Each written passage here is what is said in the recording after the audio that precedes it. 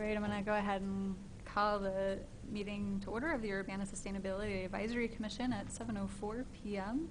Will staff please call the roll? Stacy Gloss, Present. Dustin Allred, Claire Johnson, Todd Rusk, Andrew Stump, Here. Morgan White, Present. Teshrei Wolde Medin, Scott Tess. Present. There is a quorum present. All right, great. Thank you so much. Does anyone have any changes to the agenda this evening? Or proposed changes to the agenda? Nope. All right. Is there a motion to approve the minutes from the April meeting? No, May meeting. So moved. Second. Thank you, Andy. Are there any additions or corrections to the minutes as distributed? No. All in favor of approving the minutes without amendments, say aye. Aye. Aye. All right, that passes. Thank you so much. All right, moving on. We'll continue with public input. If there's a member of the public that would like to make a public comment this evening, you may come forward and approach the desk. And also, please fill out your name and reason for speaking this evening on the piece of paper that is provided on the desk over there. And if you would turn on your microphone, that would be great. It's on? Great, thank you. Good evening, everyone. My name is Neha Kara, and I'm here to talk about the Advisory Commission meeting that was held on November 7th, 2018. So I went through the meeting held on the date mentioned, which was November 7th, and I understood the agenda of the meeting and the efforts and recommendations suggested for a climate action plan for the city of Urbana. The existing proposal and implementation of retrofitting streetlights with LED bulbs is a good option to work with the climate action plan. As compared to traditional lighting, LEDs are supposed to be 80% more efficient with only 5% energy that is wasted as heat. Also, in addition, the idea of having motion-censored lighting in parking areas and garages would help saving energy to a great percentage. Such areas are not occupied by people for a long time, and having put on lights for the entire time period or for a big span of time is a big loss in energy and in turn generates heat. Also, talking about the LEED neighborhood development, the idea of evaluating existing zones and development codes for all possible integration would be a great way to incorporate sustainable development around the city of Urbana. Along with this, vehicle usage should be limited and carpool should be encouraged along with the use of bicycles. That would be an effective alternative. The less use of public and private transport will result in less consumption of fuel, thereby reducing the carbon footprint in the environment. Furthermore, plantation of trees and incorporating more green areas, including the vertical green areas, would provide a relief on the climate effect. As discussed, more number of maple trees in landscape design would be a good sustainable option, which is very much feasible and economical at the same time. Aiming to have as much as possible LEED certified structures around, which may require initial capital investment, but in long run would yield a good future result. Also, as we say, charity begins at home. Even small changes at personal level contribute to the environment, and these small changes turn out to be magnified in the end.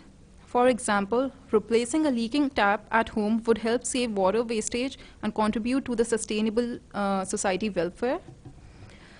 New innovation and technologies have been working on construction of roads using plastic waste. This at present might not be a very popular technique, but should be given emphasis in the future. Using solar panels is one of the most common and sustainable ways to trap solar heat and use it for solar power generation.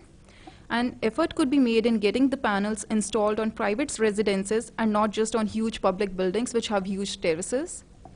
Green power from Amarin could help in climate action plan.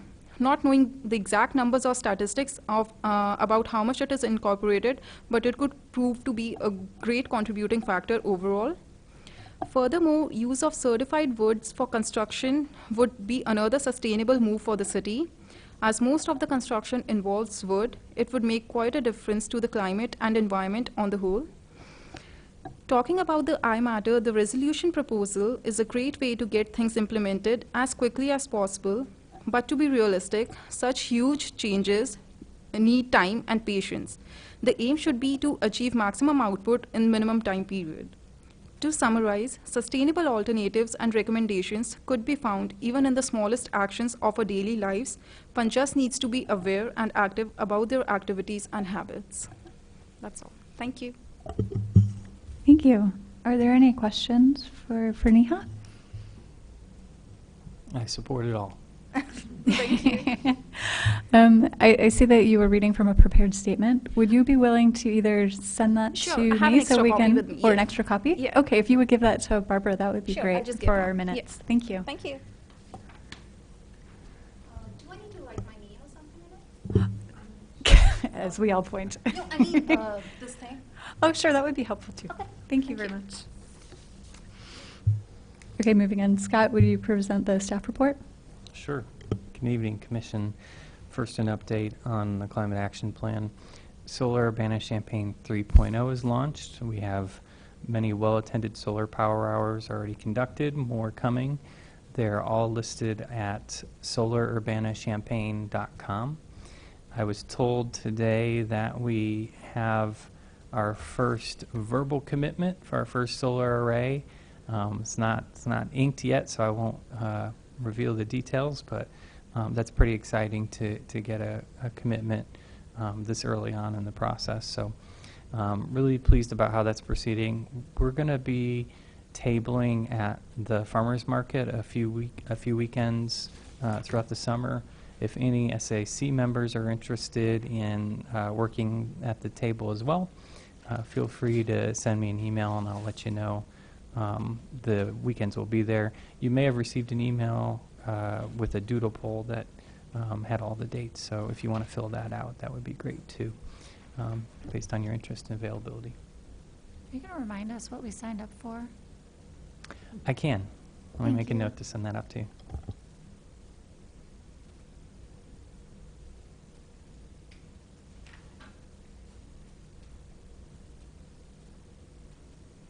I've also got some information. I did a first pass through exporting and synthesizing our urban street tree data.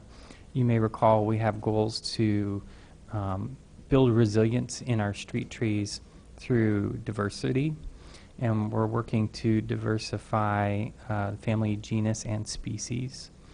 And I've got our, I guess it's the top 10, the most common or most frequent family, genus, and species. And as you can see, we are under our goal, which is good in this case. You want to be under the goal of 30% in the family.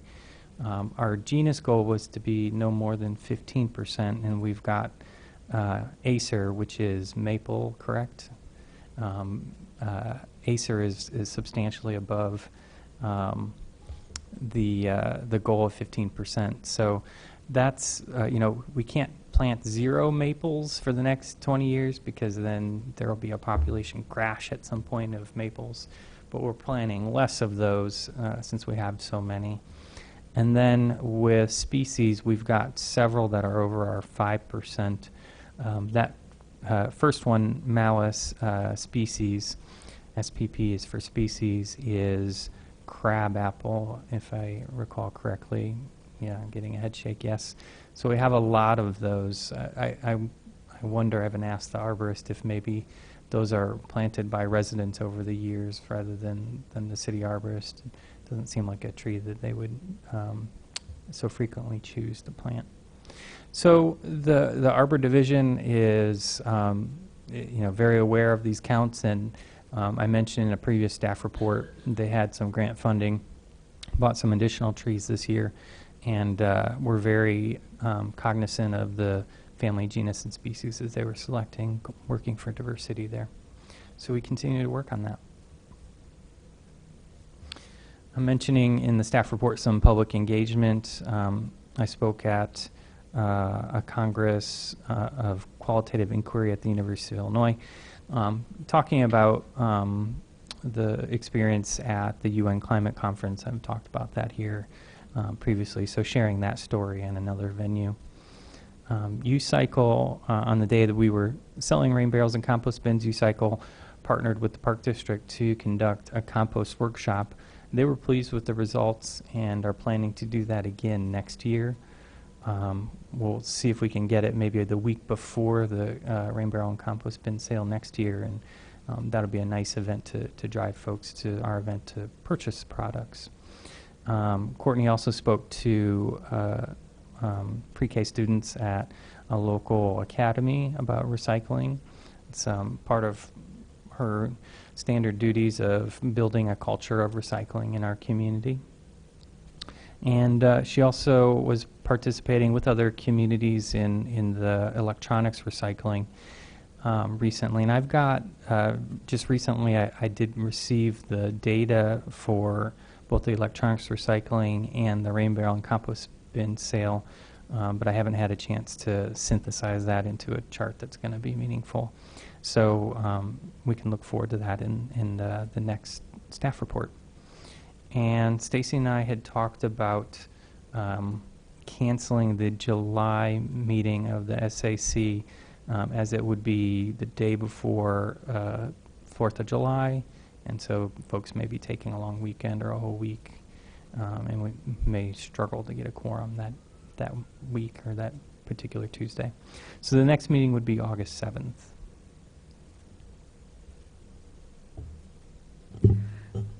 I'm just wondering if we need to take action to cancel a meeting, or if we can just announce it.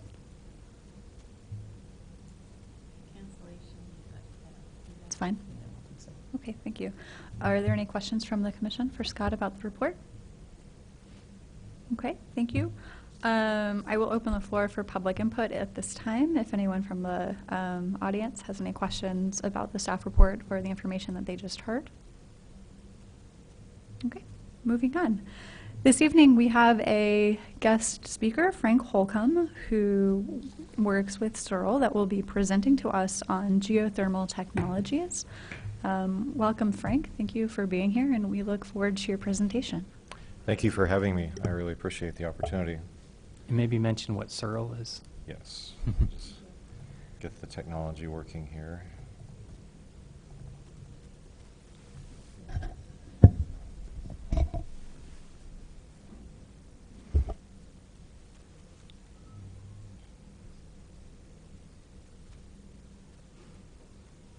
Okay, so my name is Frank Holcomb, and I've left the designation off of my title slide. I guess I wear a number of hats. I work with the Army Corps of Engineers. I'm in our technical director's office there, and I work with sustainability projects for the military. I'm also on campus at the University of Illinois as a PhD student.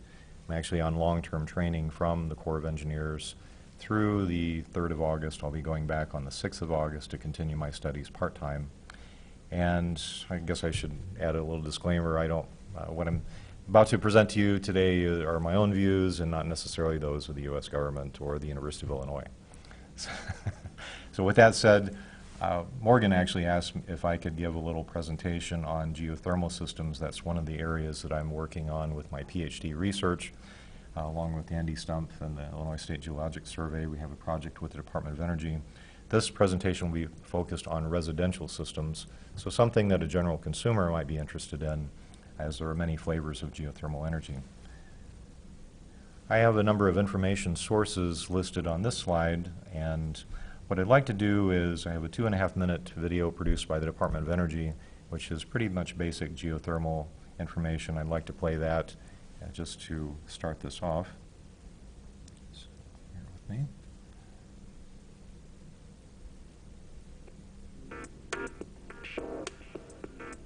We all want to save money heating and cooling our house or office, right?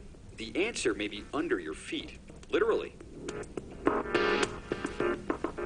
much of the heating and cooling can come from the ground, below the surface, with something called a geothermal heat pump.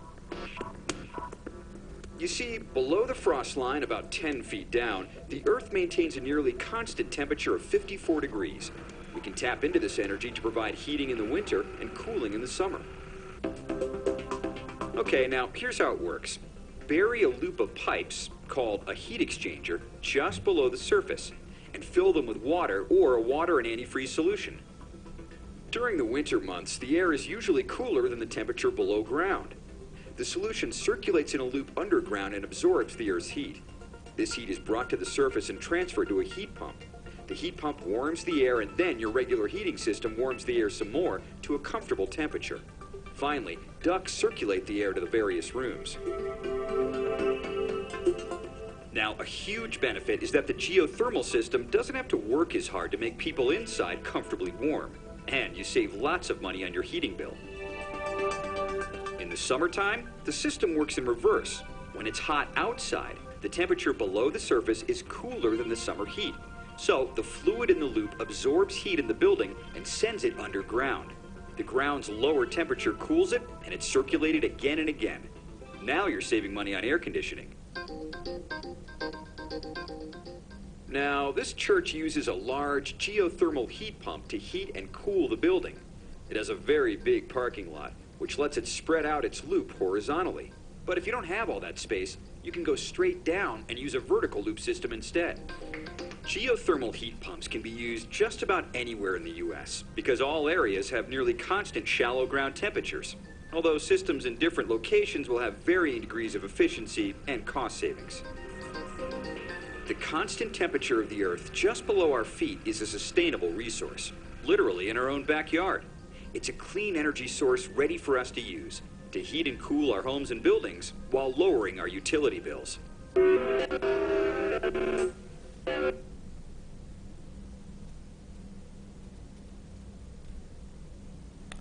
So thank you for allowing me to show you the video. I think it gets some of the basic concepts across. And while geothermal energy from the... All right, here we go. Oops. Da-da-da. Let's stop the videos here. Okay. Apologies. So geothermal energy can be considered a renewable form of energy. There is a motor and a pump, so it does use electricity, so it's not completely renewable energy. But it takes advantage, as the video said, of the heat in the ground, and that heat can be used both for heating and cooling. So one of the areas that I work in with the Corps of Engineers is that our military installations use a lot of energy, and we have a lot of federal laws and statutes that push us towards sustainability. And in fact, the Army has a policy to become net zero energy, water, and waste when it's financially feasible. So geothermal energy is one of a number of technologies that we could look at to help us get to more sustainable operations. Solar, wind, tightening up our buildings, using more energy efficient appliances all fit in this mix for a holistic approach. So the websites I've listed here, a lot of this material comes from the Geothermal Alliance of Illinois, and the GAOI is a 501c6. It's a not-for-profit trade organization. They're made up of manufacturers, consultants, and equipment people who are specialized in geothermal energy, and really they're out to advocate for geothermal energy use in Illinois. So I advise anyone who's interested in more about geothermal energy that you don't see in this presentation. They have a great website, and John Freitag is currently the president of the GAOI, and he said please contact him and he'd be willing to help anyone who's interested in geothermal energy in Illinois. A few other websites I've listed. Professor Scott Willenbrock is a professor at the University of Illinois, and he has geothermal energy system installed at his house along with solar. And he has a great website and talks about payback and different things that he's experienced with his projects. And I've also listed a Department of Defense website. This is a demonstration and validation website for energy technologies. I'm on the technical working group for that committee, and we do have some geothermal projects that are being implemented at military installations. One other aspect of geothermal energy, besides sustainability, is it's another form of energy security. Whenever you have something on site that is providing heating, cooling, and/or electricity or energy production. If the grid goes out, that system, if it's on site, typically will carry on without the grid. So it gives us another form of stability because the Army and the DoD have to do their mission regardless. Okay, one thing too from the video that I like to get across is you hear the terms heat pumps and geothermal exchange used kind of intermittently. So with a geothermal heat pump, it really is just moving heat from one source to another. It's not generating anything on its own. That 55-degree Fahrenheit temperature that is 5 to 10 feet below ground, that's something that you can use both in summer and winter, because in winter the outside temperature is lower than 55 degrees Fahrenheit, and in summer the temperature is typically higher than 55 degrees Fahrenheit. And by utilizing that, you are able to use systems that take advantage of that energy that's already there, so you don't have to produce anything on your own. The bullet items here talk about using the earth or well water, so you can use the ground, or if you have a pond or a well, you can use geothermal energy from that source as well. It can provide heating, cooling, and also hot water for your home, so it can replace your water heater. So again, a geothermal heat pump moves energy, it exchanges energy, it pumps energy. That's why these terms are used interchangeably.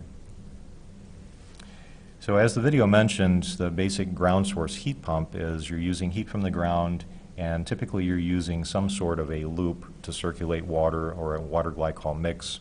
And this loop works by the process of a heat exchanger, where the surface area of the loop is where the heat transfer takes place. As it mentioned, you can have horizontal wells, so you do have to do some digging if you're going to install one of these at your residence, and there are installers who know how to do this and do it on a day-to-day basis.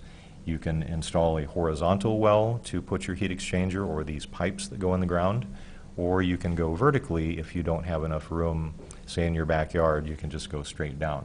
It really amounts to the amount of surface area of the pipes. So if it's deeper vertical versus less horizontal, it's really about that surface area. So again, I mentioned that in the wintertime, during the heating season, you're using that heat from the earth, and during the cooling season, you are actually rejecting heat from your home into the ground and using that temperature differential. So this is a little video just to show you what it looks like if you can follow the arrows. This is in heating mode operation. So the red indicates warm temperatures, the blue indicates colder temperatures. The arrows are pointing up from the ground where the warmer temperature is going into your house and into your hot water heater and into a system which is circulating the warmer air into your house. And the colder is going back into the ground. That is, after you've heated your house and expended that heat, then the cooler air temperature, the water, is going back into the ground. In the summertime, this is just reversed. So again, the temperature in the ground is cooler than that of the outside air in your house, so you're taking advantage of rejecting your house heat into the ground and using the heat from the ground to help with your cooling needs. All of this works by quote-unquote free energy, and what this means is the top part here is, it says 1 unit of energy from the utility company. That's really electricity or energy from electricity to run the pumps of the geothermal system. Most of the energy is coming from the ground that is already there, and as it says here, 1 unit of energy comes from the utility company. That's in the form of electricity. 4 to 5 units of energy is delivered into the home. So you may think that, okay, you can't really get something from nothing, but in this case the energy is already in the ground.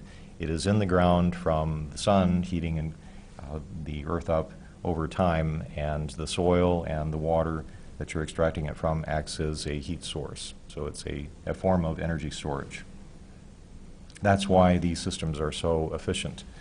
The performance comparison here, typically when we talk about cooling, there is an energy efficiency ratio, and there are several things it's compared to here. A new geothermal unit has an energy efficiency ratio of 30 or above versus an ordinary air conditioner or heat pump in the yellow bar, which may be about 10. So you're getting a 3 or 4 or even 5 to 1 benefit from the free quote-unquote energy that's already in the earth. If you look at the heating side, heating is measured with a coefficient of performance, or COP, and again, that's where on the left, the green bar has a coefficient of a performance of about 5, or meaning you input one input of energy, 1 unit of energy will give you 5 units of geothermal energy out, versus your typical furnace, whether that's gas or propane, you are combusting a fuel to produce that heat, whereas on the left, you're just moving the heat from the ground into your house. So that's why you get such an efficiency gain with the geothermal.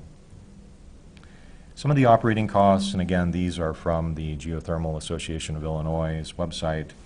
This has an example of a 2,500 square foot home, local weather, and meaning here in Illinois.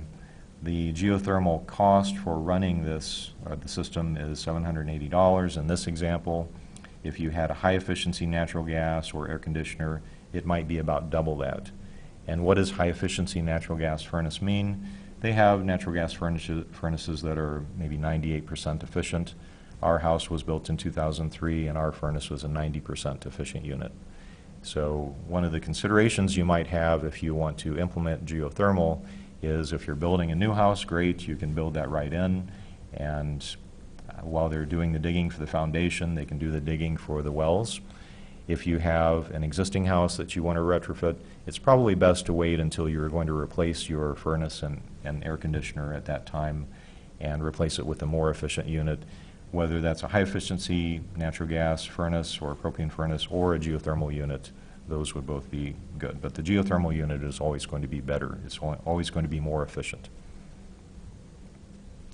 There is a 30% tax credit, and this is something that was enacted a number of years ago, and in Illinois it was just extended. There are some numbers here that for geothermal heat pumps, and there are various categories, solar and wind also apply, but specifically for geothermal heat pumps, you can get a 30% tax credit for systems placed in service by the 31st of December of 2019, and then there's a scaling factor for any new systems that are put in after those dates. So the last system that you can put in and still get this credit is December 31st, 2021. There's a few criteria that are here, not listed in all the bullet points, but I have listed the source if you want to look up the actual language that's in the state legislature. So this really can make things affordable for you. Most people who have installed these systems say, well, the upfront cost is so much, I don't want to do that. This tax credit can be a way to recoup some of those costs. So another thing people are concerned about, obviously, is the return on their investment. One of the things we haven't talked about is just some of the other aspects besides the geothermal system saving you money, which it will as soon as you put it in. As the first bullet says, it's typically positive cash flow from day one. And this is for if you put it into a new construction. For existing homes, again, the numbers from this website state about 5 years. Professor Willenbrock said for his system it was about 10 to 14 years as far as the payback. So that's just the economics. People who have geothermal systems have said that they are quieter, they are more comfortable because it's a more even flow. It's not a furnace turning on and off several times during the winter or the summer, the air conditioner turning on and off. And it's, again, something that they're interested in. It also can reduce fossil fuel emissions. And I Frank, believe... before you leave that slide, Yes. the additional, a 5-year recovery time, is that when compared to a scenario where you were going to replace the AC or furnace anyway, or is that compared to my AC and furnace are fine, I just wanted to do something that's more energy efficient? It's typically when you're wanting to replace your furnace. Okay. The cost of the geothermal system, and especially the drilling cost is obviously something that you wouldn't do with a conventional system. That's really where a lot of the first cost is for these systems, so that adds a few more years in for the payback. So some environmental aspects. On the right-hand side, I've obtained, this is from Ameren's website, actually the Illinois Commerce Commission website. They have a public disclosure from all of their utilities that they file each year. This one is from September of 2017. So basically what it does is it tells you that from all of the mix of generating sources, whether that's nuclear, coal plants, wind, solar, etc., they give you a number of how many pounds of CO2 equivalent it emits per 1,000 kilowatt hours. So this is something that you can use to rate your different systems as far as how much greenhouse gases you might offset. So the bullet items here state that geothermal is generally more efficient, but it may use more electricity. And whether you're going to save on greenhouse gas emissions really depends on where you're getting your electricity. So for example, in this box, my 90% furnace and natural gas use for our residents was emitted about 15,400 pounds of CO2 per year. And the electric use was about 13,500 pounds of CO2. So depending on the mix, and since our furnace is less efficient, if I put in a more efficient furnace or a geothermal system which is more efficient, then it should reduce emissions. But if you already have a very efficient system and you install a geothermal system, you may or may not reduce fossil fuel or greenhouse gas emissions. In the Army and the DoD, we look at both site and source energy. So if we're producing energy on site, that is different and produces a different amount of emissions versus if we're getting it from a power plant that may be 100 miles away and there are losses in the distribution that actually create more fossil fuel emissions versus a site-generated generator. So again, this is something to look at. You have to do the analysis. On the website for the Geothermal Alliance of Illinois, they do have a worksheet that you can download, put in your electric rates and your gas rates or whatever your heating source is, and give you an idea. It's probably more of a ballpark or a screening tool. And then you can look at numbers like these that are published. And for example, I didn't put this page on, but the mix in Illinois that these numbers were generated from, 1% hydropower, 21% natural gas-fired gas turbines, oil producers were 3%, nuclear power was 16%, and wind power was 9%. And coal is the big one, 49%. I think Illinois is striving to be more renewable energy, implementing, so maybe over time the fossil fuel or the greenhouse gas emissions from those mixes will go down. So I mentioned loops, and I don't want to belabor these, but there are some more slides here that people can look and see. Closed loop systems have horizontal, vertical, or you can, if you have a pond, you can use your pond. Water has a higher specific heat, so you can get better efficiencies if you use a water system versus the soil. And there are open loops which require water, so if you have a well, you can do that. This is a graphic that shows what a horizontal loop may look like. And again, that loop is down, if you can look at this graphic, between 5 and 6 feet in depth and maybe 2 to 3 feet across. They use these slinky configurations, if you can see the spirals, and that's just to get the surface area of the pipes larger in a smaller confined space. Okay, so those might be 100 to 150 feet long. You may not have space to put one of those in your backyard or your residence. Here's a picture of what these look like. And there is a vertical loop, which some people do because they're space constrained. And here you might have just 3 to 5 boreholes. Maybe they're 5 to 6 inches in diameter, but they would go down 120 to 150 feet. Again, it's all about that surface area of these pipes in order to do the heat exchange. And here's a picture of a device. Typically, they use ones that you could drill water wells, so it's not a specific piece of equipment that's required for this. And again, the video showed this, but the system installed in your residence doesn't look too much different than what you might already have. In this system, they have another box here that will replace your hot water heater or supplement it, again, because you can use that heat from the ground to heat your hot water. And again, some other pictures. So with that, I hope that that has piqued your interest as far as geothermal, and I think personally, I think a lot of people are put off a little bit by the high first cost, but as more systems are put in, those costs can come down, and you really have to look at the economics and also the added benefits of the comfort, the feeling of security, and maybe you're helping the environment by offsetting greenhouse gas emissions. Thank you very much. Frank, to some degree, you're kind of fuel switching from natural gas to electric, is that right? Yes, yeah. So that's actually good for geothermal in Illinois in the sense that there's a lot of incentives to switch a lot of the grid to solar Mhm. in the next few years, and a lot of folks are going to install rooftop or behind the meter solar. Mhm. So where that happens, the carbon dioxide story is a lot better than the one slide you showed where it was kind of marginal. Yeah, that's absolutely correct, and it really depends on what heating system you have. So if you live in the country, you may have a propane heater, which does put out more emissions. A lot of us have natural gas. If you have a resistance heating, that's all electric. So again, you have to look at that. If you have solar panels on your house, that's even better, right? So as you mentioned, because you have a renewable source of energy supplying the electricity for the renewable source of heat. So you can be completely greenhouse gas free in that case. So yeah, a lot of things to consider. Unless, of course, you sold the Rex, which we all did with the solar Urbana champagne, because that's, Yeah, Only I the should, first I few should mention too. you have to wait for like, what, 15 years to count it as clean energy for your own home. Yeah, I should mention too that this talk was really geared towards residential applications. In the Army and DoD, we have military installations that are not unlike the University of Illinois campus, a large university campus. So we are trying to look at ways to get economies of scale.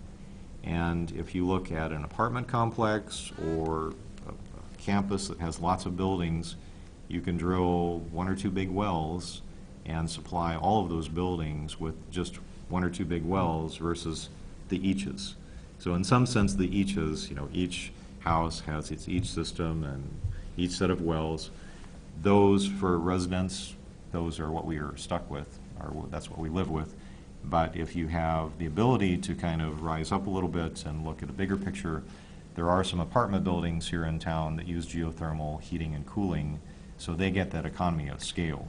Can such a thing be metered similar to district heating and cooling? Absolutely.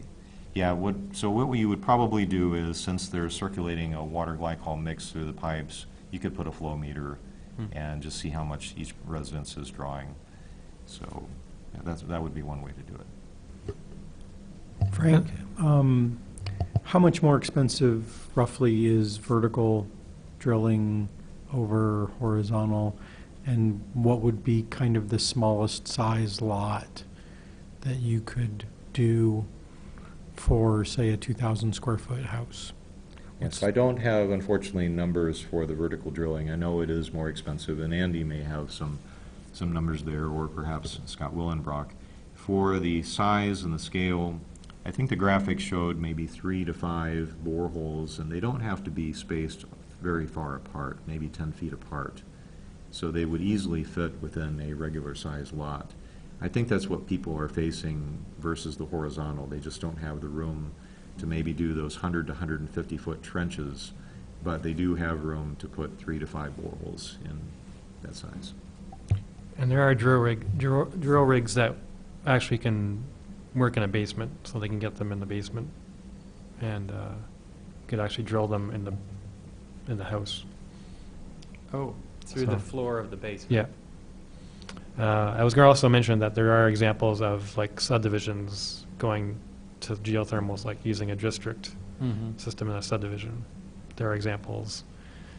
There's one in British Columbia, Canada, or in Alberta, actually, Canada, that they've actually have a website, and you can see online the whole subdivision, and they have a solar array as well, and you can actually see all the energy that's being produced 24 hours a day.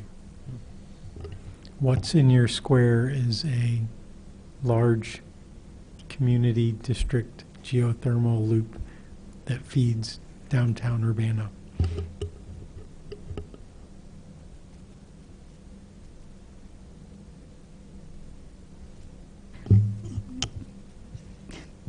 I just have a question. So if I were to do solar panels on my roof, I need to use more solar panels if I have more energy demand, right? Yes. With the geothermal system, do you have to, is there like a proportionality in how large the loop has to be? Like you were saying, 120 to 150 feet of horizontal space. Does that scale up if you have a larger home where you're trying to heat and cool a larger amount of area? Or are you just pumping more of the glycol solution through the system?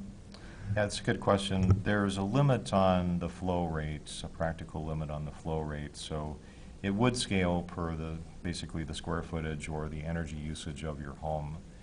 And with this calculator that they have, a worksheet, just as an example, they have a way that a lot of people just don't know how many BTUs of energy they use, but you can input what your gas bill was, and it can do some calculations based on that, because what your bill was is what you used, right? So regardless of how big your house was, it may have been a warmer winter or a colder winter. I went back and looked at 2 years of our energy bills just to kind of kick the tires with this tool. But you can do it that way, and yes, it does scale. So there is a limit as far as flow rates, but as far as the size of the field, it's going to scale. And my experience has been, I mean, installers in general are pretty conservative. They're not really going to put in a system that, they're not going to optimize it so tight that if you add one more BTU, then it's not going to work. So what I'm trying to say is I think most of these systems are oversized somewhat by design. What are the consequences of oversizing? Well, yeah, that's another good point. You have a heating season and a cooling season. And in some cases, I think in years past, I'm not so aware of them recently, since let's say you live in Arizona and you have much more cooling-dominated weather than you have heating. Since you're rejecting heat into the ground, you could potentially warm up the ground to the point where it cannot take any more heat.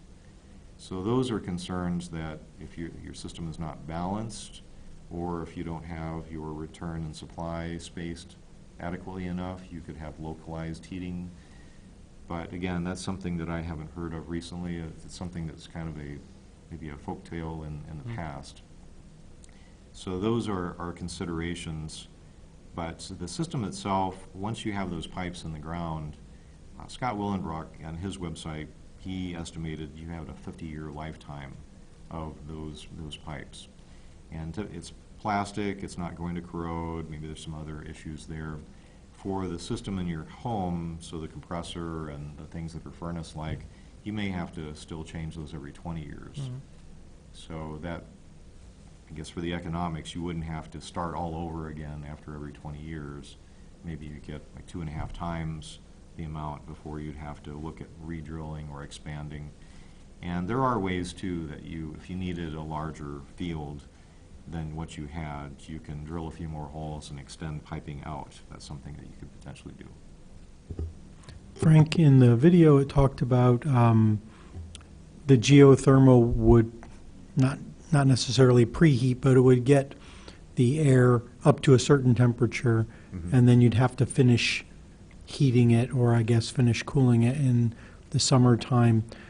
Can you estimate like how warm it would get it up to? Does it just get it up to the ground temp of like 60, and then you have to raise it from 60 to 70 or whatever you want your final temperature to be? Yeah, I tried to stay away from the thermodynamics a little bit. Okay. So, but that's fine.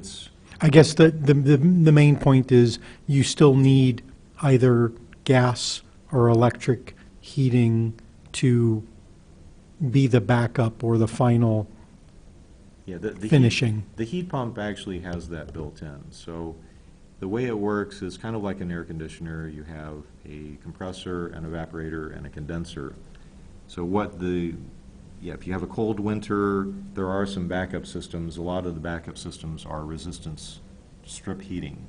So if it gets really, really cold and your heat pump is not able to keep up with it, it has like resistive heating, so that could add to the cost, and that's taken into account in a lot of these worksheets. But the typical operation is you take that 55-degree heat or energy, and then you can boost that up via the internal workings of the heat pump. So a furnace, if you're burning something, that creates a very high temperature, and then it's distributed via a blower, typically with a gas furnace. But in this sense, it is compressing that using a chemical, so it could be like a Freon or other, to chemically induce that and get it to a higher temperature, and then distributing that heat. So it's not using any natural gas anymore? Yeah. Yeah, you can cut the line on your natural gas, and again, it'll do anything that was running on natural gas before, maybe with the exception of your stove if it was natural gas, but your hot water heater, your furnace, it'll take care of that. Yeah. And there's more information on those cycles at the GAO website. So I don't think you covered it. Just we're kind of not talking about that initial cost. And I know we had the SSC funded some. I don't remember the numbers though. There's too many different projects. So how much was that to heat a couple of greenhouses, a new geothermal system? I'm just assuming Andy knows off the top of his head. Drilling's around $50,000. And then the above ground part of it's about 30, so 80 to 100,000. I think that'd be high for a residential unit. Again, I'm kind of reluctant to throw numbers out there. Yeah, but I just want people to understand we're talking in the 50 to 100,000 or less even for the installation. Oh, yes. Compared to, I mean, it's not $500,000. It's not the cost of a whole. I'm not going to say anything else. Yeah, I think if you looked at some of those previous numbers, if you're looking at 5 to 10 year or 10-year paybacks with saving $780 a year versus your existing bill, so we're talking in that part, that's $10,000. Maybe the total system is 20, 25, 30, and then you've got the 30% tax credit that you can use. So those are probably kind of the numbers that you're looking at. So I was thinking it's kind of similar to the solar cost. Like if you did a 5 kilowatt solar array, and that's about 20,000, and then you subtract the savings and subtract the, you get your tax credit and stuff like that. So everyone who's been looking at solar could also be looking at geothermal and do both. Save twice as much in the long run. Yeah, and again, so I think it's important to look holistically and not focus on individual technologies. One of the first things that you can do for your home is to insulate it well and seal the leaks and cracks, and that's a very low-cost, low-tech way to get pretty good gains. And if you do that, you lower your heating requirement, then you could potentially buy a smaller unit, which saves you even more money. So it's same thing with solar. I mean, you can buy the biggest solar panels you want and have the least energy efficient home, but the idea is to optimize to some extent, doing a holistic approach.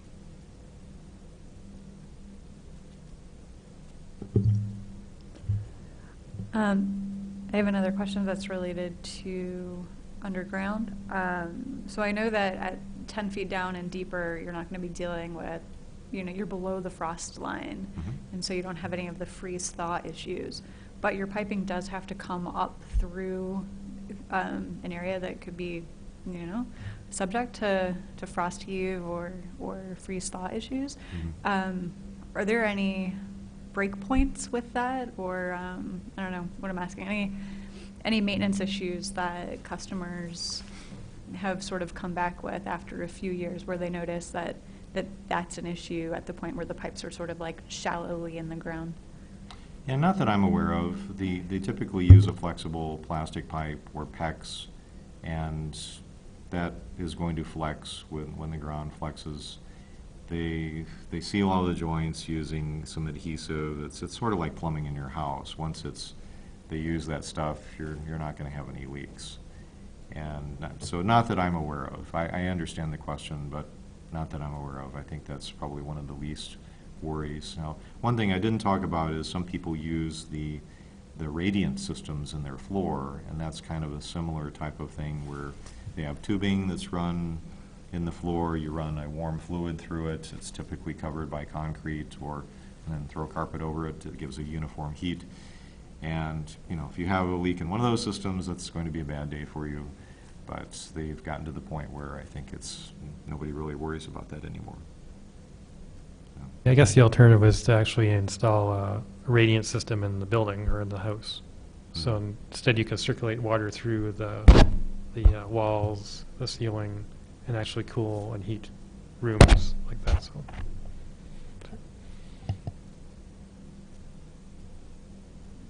I just have a comment. I noticed that I believe that the TV video did not show the PowerPoint.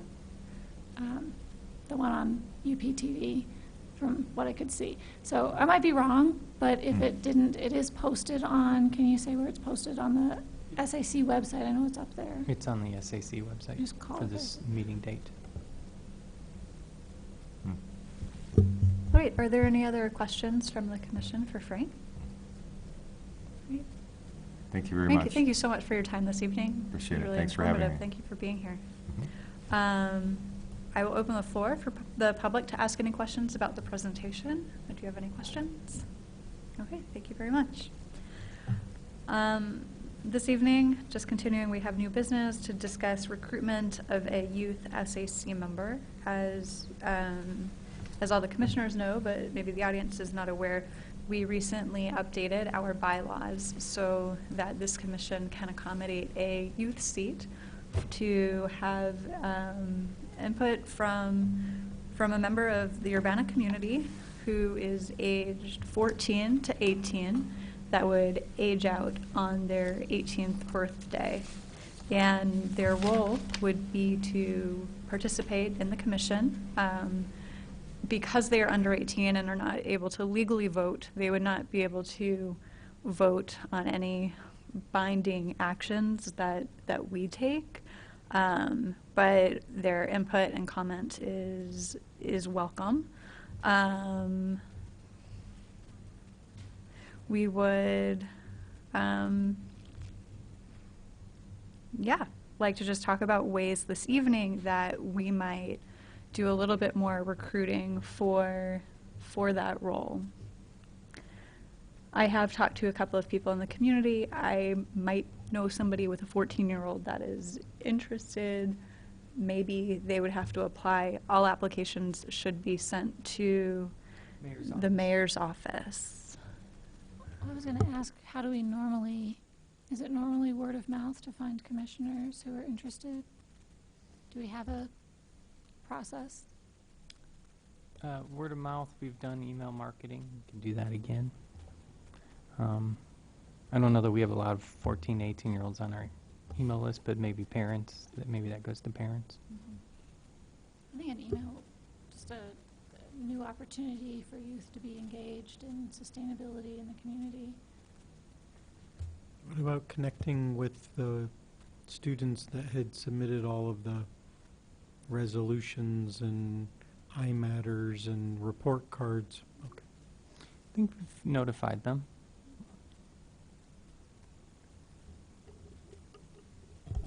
And what about just reaching out through the high schools? I believe we contacted a biology teacher who sponsors a sustainability club at the high school about this. Maybe the PTA? And the high school principal for Urbana High School, at least? I don't know the person yet. I think. Oh, no, it's Matt. Yeah, I do know. No, it's not. I'm wrong. I'm personally not that worried. I think that we'll find somebody. I had a little bit of concern that over the summertime, students are off, they're on vacation, they're not at school, where it's an easy way to reach students sort of through announcements or through their administrative offices. If we are still, if we haven't filled the position by the fall, then I think that we'll have more options for engagement and outreach at the local high school. but I'm hoping that we'll be able to fill it before then. What about just a flyer at like Common Ground in the middle of Lincoln Square, in the library? You know, those are the only 3 places I would put it. Those 3 places. A flyer maybe at the farmer's market, the market at the square table when you all are tabling? Like part of the solar, UC solar table? Yes. Yeah. Scott, is it possible for your office to create a flyer? Mhm. Yep, we'll work on all these. Oh, thank you so much. Okay, great.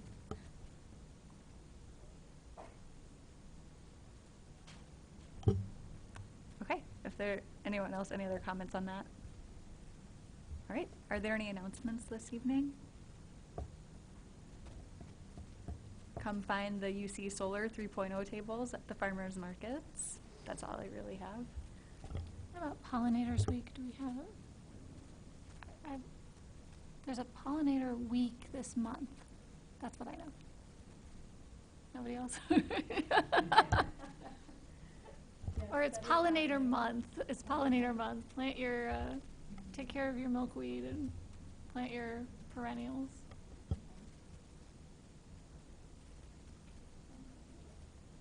All right, are there any other announcements? All right, with no further business before the commission, is there a motion to adjourn?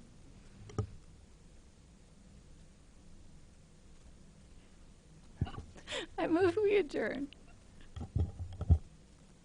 I second. Aye. Aye.